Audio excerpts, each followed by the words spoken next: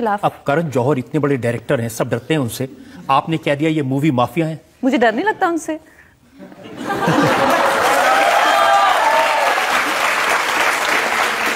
उन्होंने कहा क्योंकि मैं कंगना को काम नहीं दे रहा था, इसलिए कंगना ने मुझे मूवी माफिया कह दिया।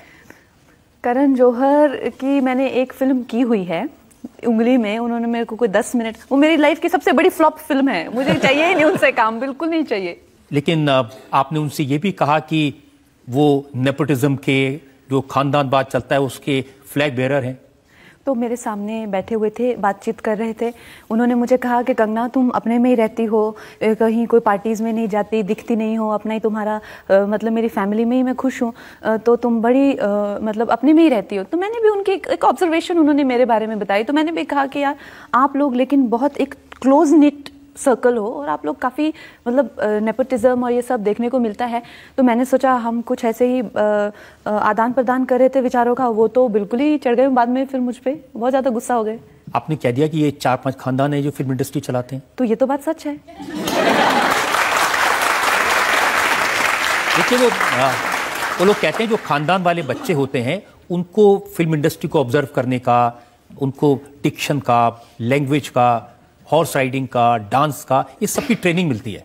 उनको क्या होता है कि बचपन से ही ये ट्रेनिंग्स जो है वो चलती है, तो जब वो बड़े होते हैं या ऑडिशन देते हैं तो उनके बाल अच्छे बने होते हैं, अच्छा मेकअप उनको आता है, जर्नलिस्ट ऑलरेडी उनके फ्रेंड होते हैं, उनकी पैम्परिंग करते रहते हैं। तो हाँ, जब उनकी पहली फिल्म आती है, मैं अपनी पहली फिल्म में मेरा अगर आप देखें मेकअप, हेयर जो भी है उस हिसाब से, या अगर फिल्म इंडस्ट्री के बच्चों का देखें जिस तरह से उनको बड़े लेवल पर उनका लॉन्च होता है, तो फ़र्क तो बहुत होता है। लेकिन ये कहना कि वो बेहतर हैं हमसे, ये बहुत गलत है, क्योंकि ऐसा नहीं होता। इंसान का मेकअप या इंसान के हेयर या इंसान की कोई ट्रेनिंग इंसान को बेहतर नहीं बनाती है। उसकी ज़िंदगी, उसका ज़िंदगी देखने का नज़रिया, उसका तजुर्बा, हमारे पास ट्रेनिंग हो चाहे नहीं हो, लेकिन हम लोगों के पास भी नज़रिया है ज़िंदगी का, और आप लोगों से बेहतर है क्योंकि हम अपनी ज़िंदगी को अपने तरीके से देखते हैं, एक 4 दीवार में बैठकर फिल्मी दुनिया के नज़रिए से नहीं देखते हैं। सो मुझे लगता है कि आर्टिस्ट जो है, आर्ट जो है वो डेमोक्रेटिक है, वो सबका है इंडिया में। तो ऐसा कहना, और ऐसा उन्होंने जो एक वाहियात ब्लॉग लिखा था जिसमें कहा था कि इंडस्ट्री के ही बच्चे सबसे बेस्ट हैं, वही अच्छे दिखते हैं। मैंने 50,000 लड़कियों को ऑडिशन किया और उसमें जो है कोई भी एक भी निकल के नहीं आया, ये वही आता है। बिकॉज आपका नज़रिया है, वो ज़रूरी नहीं है ये सच है, आप ऐसा समझ सकते हैं। अब लेकिन हो सकता है मुझे कोई ऐसा अच्छा लगे जो कि बिल्कुल रॉ हो, जो कि जब मुझे अनुराग बासु ने देखा था, इनफैक्ट मुझे बहुत लोगों ने ऑडिशन में जो है रिजेक्ट भी किया है, बहुत लोगों ने मुझे काम भी नहीं दिया है। लेकिन जब मुझे शेखर कपूर जी ने देखा गैंगस्टर से पहले, तो उन्होंने मुझे कहा तुम्हें फिल्मों में काम करना चाहिए। अनुराग बासु ने मुझे देखा तो कहते कि अरे वाह तुम्हारे बाल बड़े अच्छे हैं। तो जबकि मैंने ऐसे, मैं लोगों का नाम नहीं लेना चाहती, लेकिन कहीं वो तो बाल स्ट्रेट करा लो, तुमको डिंपल नहीं पड़ते हैं, तुम्हारी आंखें भी काली हैं, तो अपना अपना नजरिया होता है। अभी वही चीज़ जो है अनुराग बासु को अच्छी लगी, वही किसी को अच्छी नहीं लगी। आदित्य चोपड़ा ने आपको कहा कि आप तो 10 साल में भी कहीं नहीं पहुंच सकती। हाँ, उन्होंने रिक्कू जी को कहा था, वो मुझे गैंगस्टर के बाद वो मुझे आदित्य चोपड़ा जी से मिलाने लेके गए थे। तो फिर आदित्य जी ने मुझे अपने ऑफिस बुलाया, उन्होंने मुझे सुल्तान ऑफर की, कहते कि कंगना, बट मुझे सबसे पहले ये बात एडमिट करनी है कि मैं जब तुमको पहली बार मिला तो मैंने तुम्हारे मैनेजर को कहा कि इस लड़की का कुछ नहीं होने वाला, इस पे अपना टाइम वेस्ट मत करो। तो अपना अपना नज़रिया है, लेकिन ये कहना करण जौहर जी का कि इनका कुछ हो ही नहीं सकता, ये गलत है। करण जौहर जी तो आपकी अंग्रेजी का भी मजाक उड़ाया था। मेरे अंग्रेजी का तो सारे मजाक उड़ाते हैं, मुझे फर्क नहीं पड़ता। और खानदान की नहीं है, खानदान कैसे होते हैं, वरुण धवन, सैफ अली खान, इन्होंने भी पब्लिकली मजाक उड़ाया था। तो वरुण सैफ तो मेरे दोस्त हैं और उनको मैंने ओपन लेटर भी लिखा था। लेकिन ये आई थिंक ये जो विवाद है ये आइडियोलॉजीज़ का है, विचारों का है, लोगों का नहीं है। सैफ तो इतने अच्छे मित्र हैं, उनके घर अक्सर आना जाना रहता है और अभी अगली बार मिलेंगे तो शायद एक दूसरे को छेड़ेंगे भी इस बात को लेके। लेकिन ऐसे कोई हम लोगों में किसी तरह का बिटरनेस नहीं है। लेकिन करण जौहर के लिए बारे में तो आप वो तनु वेट्स मनु का डायलॉग मार सकती ना, अभी तो और जलील करना है तुमको।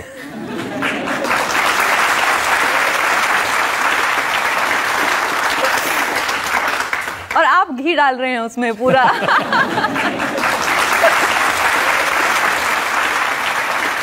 हिम्मत, इतने गट्स, इतना कॉन्फिडेंस आप में कैसे आया? कॉन्फिडेंस और हिम्मत सब में होती है।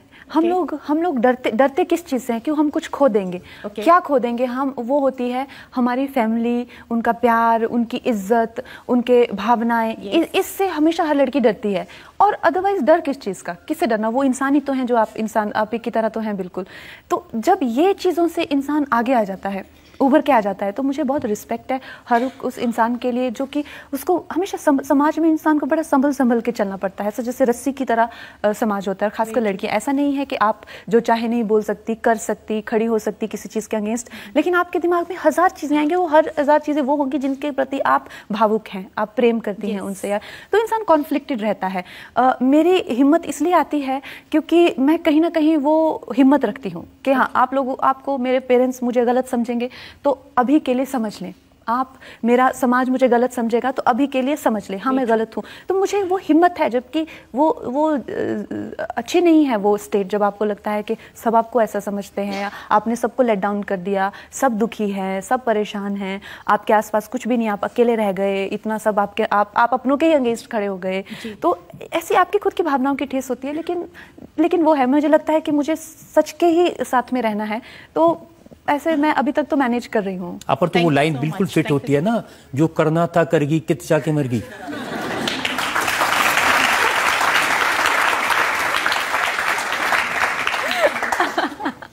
वो मेरे गाने की लाइन है। आई होप अभी मैं थोड़ा, मेरी ज़िंदगी बहुत ज़्यादा उतार चढ़ाव रहते हैं मेरी ज़िंदगी में। आई होप कुछ मुझे एक बम्पी राइड ना मिले, थोड़ा सा आराम भी मिले ज़िंदगी में। आराम है ही नहीं मेरी लाइफ में बिल्कुल। लेकिन अगर हिम्मत दिखानी है तो आराम कैसे मिलेगा? बस वही अगर सबसे टकराना है, बगावत करनी है तो आराम कैसे मिलेगा? मैंने वैसे जान के तो मैं बगावत नहीं करती, पर मेरे ऐसे जैसे मैंने कहा, रास्ते में अब या तो फिर आप रुक जाएं या तो फिर आप बगावत करें, कुछ मेरे पास ऑप्शन ही नहीं रहता। जब हम यूनिवर्सिटी में थे तो हम एक डायलॉग, एक नारा लगाया करते थे, सच कहना बगावत है तो समझो हम भी बागी हैं। मुझे लगता है आप पर ये बिल्कुल फिट होती है बात। आप पे भी फिट होती है रजत सर। और नंबर 2, अवार्ड फंक्शंस 1 नंबर के फ्रॉड हैं, आप लोग भी मत देखा करो।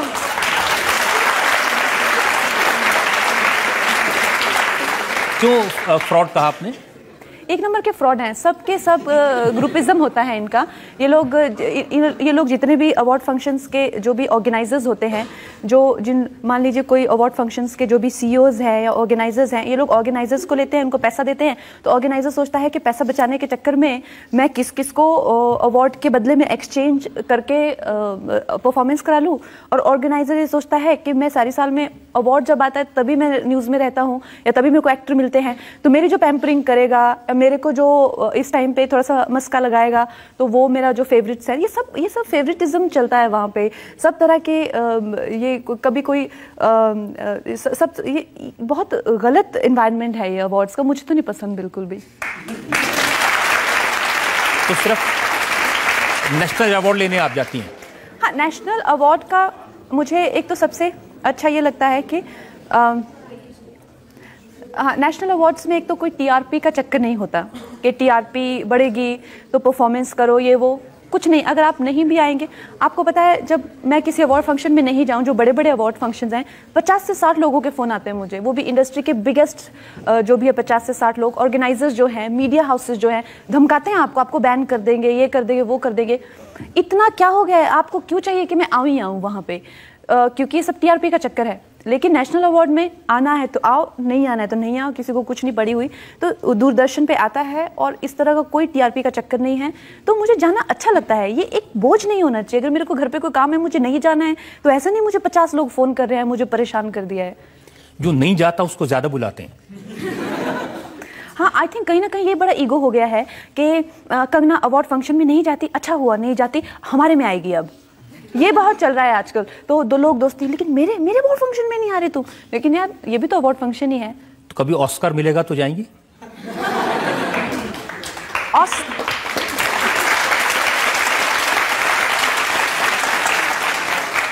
मुझे ऑस्कर का बिल्कुल कोई क्रेज नहीं है, और अगर मुझे कभी ऑस्कर मिलेगा भी तो भी मैं नहीं जाऊंगी। मुझे अपने देश में, अपने देशवासियों के लिए राष्ट्रपति से जो पुरस्कार मिलता है, मेरे लिए वही सबसे बड़ा है। कंगना, आप चाहे डायरेक्टर्स हो, आपका डायलॉग है ना, मर्द को दर्द होना चाहिए, तो बहुत सारे मर्दों को दर्द दिया है आपने। कौन से मर्द की बात कर रहे हैं आप? देखिए, हैं तो बहुत सारे, लेकिन ऋतिक रोशन की बात कर रहा हूं। ऋतिक रोशन ने कहा कि कंगना से मेरा कोई रिलेशनशिप था ही नहीं, उन्होंने इमेजिन किया और मुझे सिली एक्स कह दिया। उसने जो है मुझे एक नोटिस भेजा, जिस नोटिस में उसने कहा कि मुझसे माफ़ी मांगी जाए और सारी दुनिया के सामने एक प्रेस कॉन्फ्रेंस बुलाई जाए और उसमें मुझे कहा जाए कि ऋतिक रोशन जी मुझे माफ़ कर दीजिए क्योंकि आप वो सिली एक्स नहीं है जिसका मैं नाम ले रही थी। तो सबसे पहले उसको क्यों लगा कि मैं उसके बारे में बात कर रही हूँ? मैंने किसी सिली एक्स के बारे में बात की। उसने कहा वो मैं ही हूँ। उसने अपने ट्विटर पे लिखा कि मैं सिली हैं या एक्स हैं? उसने कहा मैं दोनों हूँ और मैं पोप को डेट कर लूंगा लेकिन इसको डेट नहीं करूंगा। और इस तरह के उन्होंने वो लिखे और उसमें उन्होंने ये भी लिखा कि अगर ये मुझसे माफ़ी नहीं मांगेगी तो मैं ऐसे ऐसे फोटोज़, ऐसे ऐसे वीडियोज़ लीक कर दूंगा कि इसको शर्मिंदा कर दूंगा। तो फिर मैंने और मेरे लॉयर ने उससे पूछा कि आपने 7 साल जो है एक दूसरे के साथ काम किया है, 2 फिल्मों में काम किया है और आप कह रहे हैं कि इसको जानते ही नहीं हैं और आपको क्यों लगता है कि आप वो सिली एक्स हैं और आपसे किस बेसिस पे माफ़ी मांगी जाए? सबसे पहले तो आप ये बताइए। और नहीं तो आपको लगता है कि आपको केस करना है तो आप केस करिए, क्योंकि हम चाहते हैं आप केस करो, क्योंकि माफ़ी तो नहीं मांग सकते। अब रजत सर, ये कुछ अच्छा लगता है कि मैं बुलाऊं मीडिया को और बोलूं कि ये वो सिली एक्स थे, ये इनको इंट्रोड्यूस करूं पहले ऋतिक रोशन को कि हाँ यही सिली एक्स हैं और अब मैं इनसे माफ़ी चाहती हूँ। सबसे पहले नहीं, वो थे या नहीं थे, असलियत क्या है? मैं आपको असलियत बता रही हूँ कि उसने फिर कहा इसका अफेयर मुझसे नहीं था, इसका अफेयर किसी और से था। वो इसने इमेजिन किया है। मैंने कहा इमेजिन किया है तो इमेजिन तो इंसान तब कर सकता है जब वो किसी को ना मिले। आपको हम रोज सेट पे मिलते हैं, आपको जानते हैं, तो इमेजिन कैसे हो गया? फिर हम वो बंदा जो है प्रूव करके दिखाएंगे। फिर वो साइबर क्राइम खुद चले गए, खुद नोटिस भेजा, खुद साइबर क्राइम चले गए, खुद कहते हैं कि एक इम्पोस्टर है, जिस इम्पोस्टर से ये जो है खुद अफेयर कर रही थी, हम वो इम्पोस्टर निकाल के दिखाएंगे। इम्पोस्टर तो कोई निकाला नहीं, उन्होंने बातें की दुनिया भर की और इम्पोस्टर कोई निकाला नहीं। अब जब इम्पोस्टर निकला नहीं कोई, तो उनको मुझसे माफी मांगनी चाहिए, क्योंकि उन्होंने वादा किया था कि मैं आपको एक एक करके उनकी बात बताता हूँ। नहीं सर, लेकिन मैं आपको सबसे पहले बताती हूँ कि उस बंदे का एक ही एजेंडा था कि उसके साथ में मेरा रिलेशनशिप था। उसने 2014 में हम लोगों का रिलेशनशिप जो है वो बिल्कुल खत्म हो गया। क्वीन की रिलीज से पहले ऐसे बताइए ना तो बात समझ में भी आ रही है। हाँ। तो मैं बता रही हूँ, क्वीन की रिलीज से पहले मुझे कहता तुम्हारा हमारा कुछ लेना देना नहीं है, भूल जाओ। सबसे पहले तो कहता मेरी वाइफ का डिवोर्स हो रहा है, मेरा डिवोर्स हो रहा है, तो मैं इस फोन से बात कर सकता हूँ, मैं उससे बात कर सकता हूँ, मैं इस अकाउंट से करूंगा, उस अकाउंट से करूंगा। जब डिवोर्स हो गया तो कहता तुम कौन, तुमको तो मैं जानता ही नहीं हूँ। मैंने कहा भाई नहीं जानते तो ठीक है, इस बात को यहीं पे खत्म करो। लेकिन अब खुद के दिल में चोर है कि इस लड़की ने अगर कभी अपना मुंह खोला तो इसका मुंह बंद करो। अब तो वो बंदा 2014 में हम लोगों का रिलेशनशिप बिल्कुल खत्म हो गया है। 2016 में वो खुद जाता है, नोटिस भेजता है, खुद साइबर क्राइम जाता है। कहां से वो मेल लिखे थे उसने? जब मेरे पास किसी को एक मेल लिखने का टाइम नहीं, कोई कैसे लिखेगा? जब मैं न्यूयॉर्क में थी तो उस टाइम पे मैं वहां पे एक स्क्रीन राइटिंग का कोर्स कर रही थी। तो जनवरी फरवरी में 2014 की बात है। तो उस टाइम पे उसके डिवोर्स का कुछ चल रहा था। तो उस टाइम पे हम लोग मेल्स करते थे, 3-4 मेल उसमें से मेरे थे, बाकी सबके सब खुद लिखे। 2 साल उसने ये अपनी फाइल बनाई कि मैं इस लड़की का ये ऐसा केस करूंगा। अभी चोर की दाढ़ी में तिनका, खुद आप नहीं, आप मैंने क्या आपको नोटिस भेजा? क्या मैंने आपको कहा कि मेरा आपका संबंध था, मुझे आपसे कुछ चाहिए या मुझे आपसे समाज में एक्सेप्टेंस चाहिए या कोई किसी तरह कुछ? मुझे तो आपकी कुछ पड़ी नहीं हुई है। आप खुद सामने से नोटिस भेजते हैं। फिर जब आपकी कोई वहां पे बात नहीं बनती, मैंने कोई माफी नहीं मांगी, तो वहां से खिसिया के कहते हैं अच्छा मेरा एक और भी प्लान था, मैंने ये सब मेल लिखे हैं तो मैं ये मेल रिलीज कर देता हूँ। खुद ही मेल सारे रिलीज कर दिए, खुद ही। आपको शर्म नहीं आती है? आप अपने से 15 साल की छोटी लड़की को कहते हो मैं तुम्हारे फोटो रिलीज कर दूंगा। बच्चे इस कॉलेजेस में भी ऐसे बात नहीं करते हैं जैसे ये इस तरह की बातें करते हैं। फिर उसके बाद में वो 1000 मेल जो है सब रिलीज करके बैठ गए। कहते ये मेल किसको भेजे थे? ये मेल इसने एक ऐसे बंदे को भेजे थे जो कि इसको बेवकूफ बना रहा था और उस बंदे ने मुझे ये मेल भेजे। अरे वाह, तो तुम उस बंदे को जानते थे? नहीं, वो बंदे ने मुझे भेज दिए तभी ये मेरे पास आए। ठीक है, तो अब तुम्हारे पास और तुम्हारे पिताजी के पास दुनिया भर का पैसा है, तो तुम उस बंदे की शक्ल दिखाओ, उस बंदे को तुम सबके सामने लेके आओ। तो उस बंदे को फिर खिसिया के बैठे हुए हैं। अब ना कोई वो बंदा है, ना कोई उनको मिला है। अब चुपचाप बैठे, कोई पूछे कि क्या हुआ इस केस का, हमारी तो डिग्निटी खत्म हो जाएगी, हम इस बात के बात करेंगे।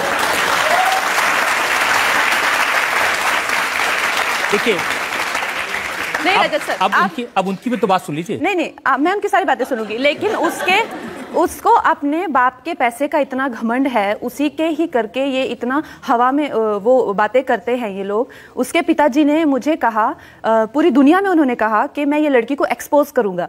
1 साल हो गया है और मैं वेट कर रही हूं कि वो मुझे एक्सपोज करे।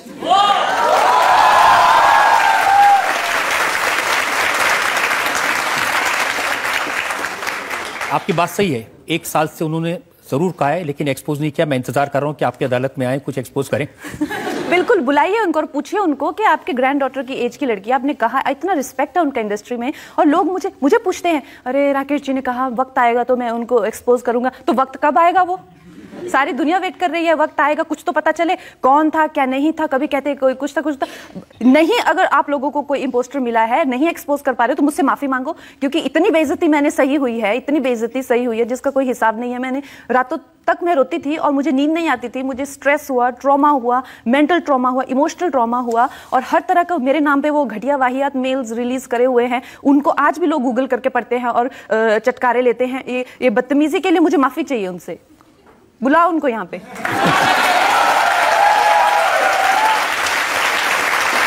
देखिए, उन्होंने ये कहा कि करण जौहर की बर्थडे पार्टी थी, उस बर्थडे पार्टी में आप ऋतिक रोशन के पास गई, आपने कहा क्वीन फिल्म की तारीफ के लिए जो आपने मेल भेजी है उसके लिए थैंक यू। ऋतिक रोशन ने कहा मैंने तो आपको कोई मेल नहीं भेजी। उसने क्या उसको रजत सर, मैंने उसके पिताजी को फ़ोन किया 2015 में और मैंने उनको बोला कि आपका बेटा ऐसा ऐसा करता है और उसको आप संभाल लीजिए। तो उन्होंने कहा नहीं नहीं, मैं तुम्हारी जो है मदद करूंगा इस चीज़ में। उसके बाद मुझे फ़ोन करके कहते नहीं, तो वो कह रहा है कि उसको तुमसे नहीं मिलना है और तुम लोगों का कुछ नहीं है, तो ये मैटर को तुम यही क्लोज करो। मैंने कहा अगर उसको मुझसे आप मिला दें, मेरे वो अगर सामने बैठ जाए और अगर ये मुझे ऐसा बोल दे तो मैं तुम्हारे पैर छूंगी।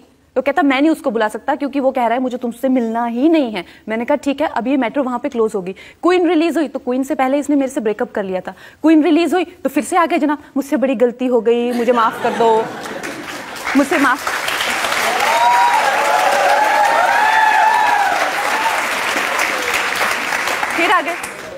फिर आ गए, मुझसे बड़ी गलती हो गई, मुझे माफ कर दो। मैंने कहा देखो, तुम अपना दिमाग पहले बनाओ, तुमको करना है मुझसे शादी कि नहीं करना है। नहीं नहीं, तुम तो इतनी भड़क गई हो। मैंने कहा यार, तुमने 15 दिन पहले कहा कि किसी को बताया तो नहीं तुमने हमारे बारे में? कौन कौन जानता है जो मैंने तुमको ये क्या है वो फोटो तुमने डिलीट किया। मैंने कहा तुमने इतनी बदतमीजी से मेरे साथ बात की और 15 दिन बाद तुम कह रहे हो कि तुम्हारी सब बड़ी तारीफ कर रहे हैं। मुझे बड़ा गर्व महसूस होता है जब तुम्हारी सब तारीफ करते हैं। तो मैंने कहा तुम पहले अपना दिमाग मन बनाओ। तो उधर से भड़क गया कि हम आए तो हमको कोई ना रोके, हम जाएं तो हमको कोई ना रोके। ये क्या हो गया यहाँ पे? इसको तो क्वीन का सक्सेस तो इसके दिमाग में चढ़ गया। तो मैंने कहा तुम मुझे मिलके ये बात क्लियर करो कि हम लोग शादी कर रहे हैं कि नहीं। तो उसके बाद करण जौहर के वहां पे मुझे मिला पार्टी में, तो मैं उसको मिलने गई वहां पे। तो वहां भी मुझे कहता तुम तो बहुत ज्यादा, तुम्हारा दिमाग अभी खराब हो रहा है और तुम्हारा तो सक्सेस दिमाग पे चढ़ गया है, तुम्हारे ये है वो है। मैंने कहा सक्सेस से पहले भी मैं ऐसे ही थी, लेकिन सक्सेस से तुम बदले हो, मैं नहीं बदली हूं, मैं तो वैसे ही हूं। तो ये बात थी हमारी वहां पे।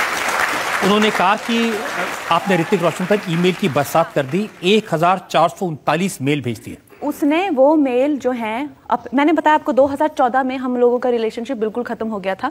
उसने वो मेल खुद को भेजे हैं मेरे अकाउंट से, ताकि वो दिखाने के लिए, हाँ मुझे तो तुम्हारी याद आ रही है, मैं तो मर गई।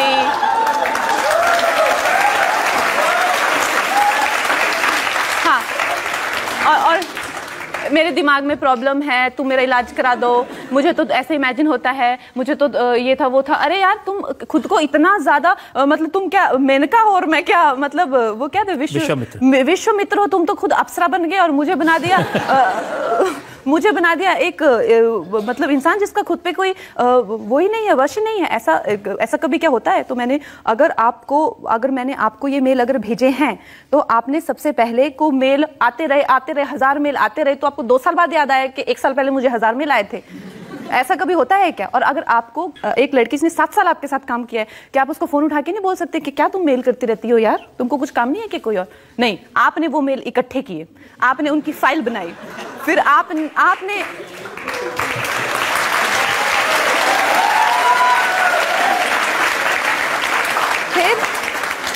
फिर आपने इन मेल्स के लिए इंडिया का बेस्ट क्रिमिनल लॉयर हायर किया कि भाई ये लड़की से मुझे बचाओ।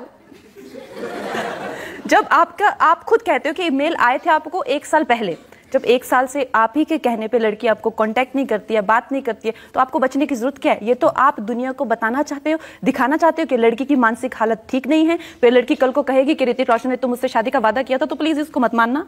नंबर 2 कल को कहेगी कि हमारे संबंध थे, तो ये तो है ही पागल। और नंबर 3 लेकिन उसका ये प्लान तभी फेल हो गया बिकॉज उसको पता नहीं था कि जिस फ्लॉप एक्ट्रेस के को वो डेट करता था वो क्वीन से स्टार बन जाएगी, तनु मनु से सुपरस्टार बन जाएगी, और आगे उसकी इतनी बड़ी जर्नी हो जाएगी कि मुझे जो मेरी बात जो है कोई सुनेगा नहीं। उसने जो है अपना जो प्लान उसने फुल प्रूफ बनाया था कि इसको तो मैं पागल घोषित करके या जो भी है करके। ये कहा भी उन्होंने कहा कि क्रिश 3 की शूटिंग के दौरान कंगना गॉट ड्रंक और कुछ काफी उल्टी सीधी बातें ऋतिक रोशन से की, और बाद में उनकी बहन ने यह माना कि कंगना को एस्पर्जर्स सिंड्रोम नाम की बीमारी है। सबसे पहले तो जिनको भी ये सिंड्रोम है, मैं किसी को भी यहाँ पे रिडिक्यूल नहीं करना चाहती, किसी के बारे में गलत बात उसको तो पता नहीं, जैसे कहते हैं ना बाप के पैसे से दिमाग उसका थोड़ा सा वो हुआ है।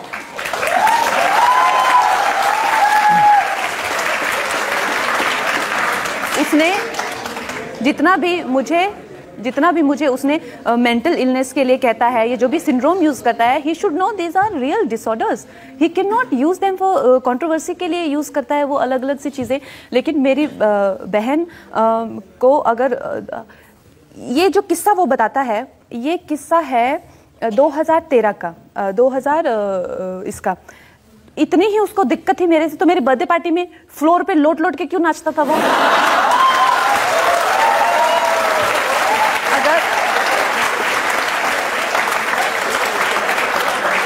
अगर मैं पागल हूँ, मैं ड्रंक होती हूँ, मैं बदतमीजी करती हूँ, मेरे को मानसिक प्रॉब्लम है, सब कुछ है, तो आपने मेरे साथ एक फिल्म की काइट्स, उसके बाद आप मेरे पास एक फिल्म के लिए आए क्रिश 3, तो ये ऑन रिकॉर्ड है, आप कहीं भी जाएंगे टाइम्स ऑफ इंडिया में ऑन रिकॉर्ड है। मुझसे क्वेश्चन पूछा गया कि भाई तुमने ये फिल्म पहले रिजेक्ट क्यों की?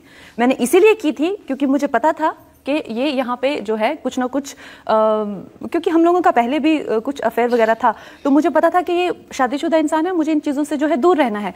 तो उस बंदे ने 6 महीने पीछे पढ़ पढ़ के वो फिल्म मुझसे साइन करवाई। तो मुझसे पूछा आपने फिल्म साइन क्यों की, और ये ऑन रिकॉर्ड है बात। तो इतने ही पागल हैं, इतने ही बदतमीज हैं, तो क्यों मर के बार बार फिल्मों में लेते हो आप? इतना तो आप खुद पे तो आप ही का प्रोडक्शन है, आप ही के घर की फिल्म है, सब कुछ, तो आपको मुझे को ही क्यों लेना है 4 लोगों को रिजेक्ट करके, जब मुझ में इतनी सारी प्रॉब्लम्स है?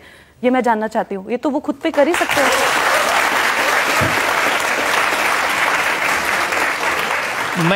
मैं आपसे ये जानना चाहता हूं कि आपने 1439 मेल तो नहीं लिखे, लेकिन 2-4 खत तो लिखे होंगे।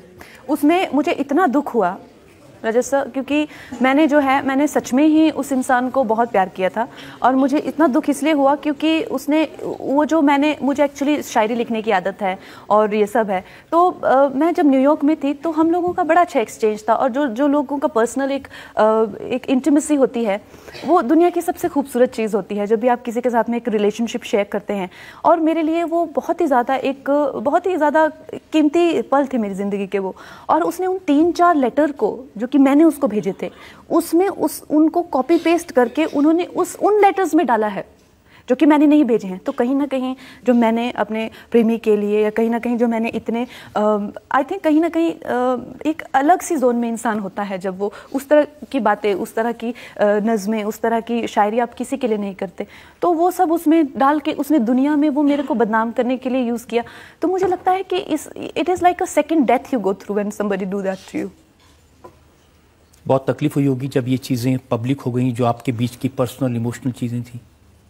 ऑब्वियसली मैंने आपको कहा जैसे it is like second death, या लाइक फर्स्ट डेथ, सेकंड तो होगी जब होगी, but it is like a death experience to near death experience for any person.